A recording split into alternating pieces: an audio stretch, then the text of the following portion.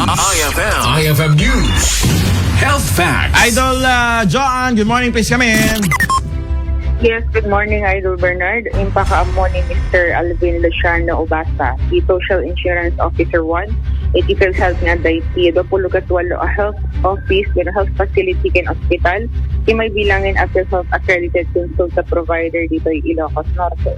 Tugon na, karaman dito ay si Adams Rural Health Unit, Banda Municipal Health Office, Corimao Municipal Health Office, Lawaga City Health Office, Tumalneg Rural Health Unit, Marcos Municipal Health Office, Bangi Municipal Health Office, Nueva Era Rural Health Unit, Pagudpud Rural Health Unit, Pitig Rural Health Unit, San Nicolas Municipal Health Office, Sarat Rural Health Unit, Sultana Rural Health Unit, Canitia Vintar Municipal Health Office. Imbatad na, ang malaksit sa Ligit-Ligit at dapay iti government healthcare institution kasi iti Ras District Hospital, Doña Josefa E. Marcos District Hospital, Governor Roque B. Ablan Sr. Memorial Hospital, Tawaga City General Hospital, Mariano Marcos Memorial Hospital and Medical Center, Kinitipidig District Hospital. In Lawlawaga na, at ito sa consulte package ket ito itinay palawa a primary care benefit, iti health ken amin na Pilipino ang miyembro ket kwalipikado iti daytoy a benepisyo.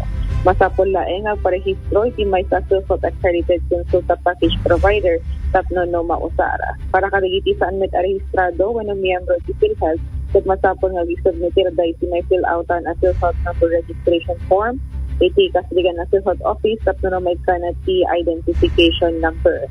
Naamuan as a kupenti PhilHealth consulta package iti check-up, health screening ken assessment, napili a laboratory when diagnostic services ken dagiti agas basari ti health risk awen ken kasapulan dagiti pasyente. Puno malon apil ka accredited consultant provider. Itidagog na sa Puno Puno Jakmaniro dagiti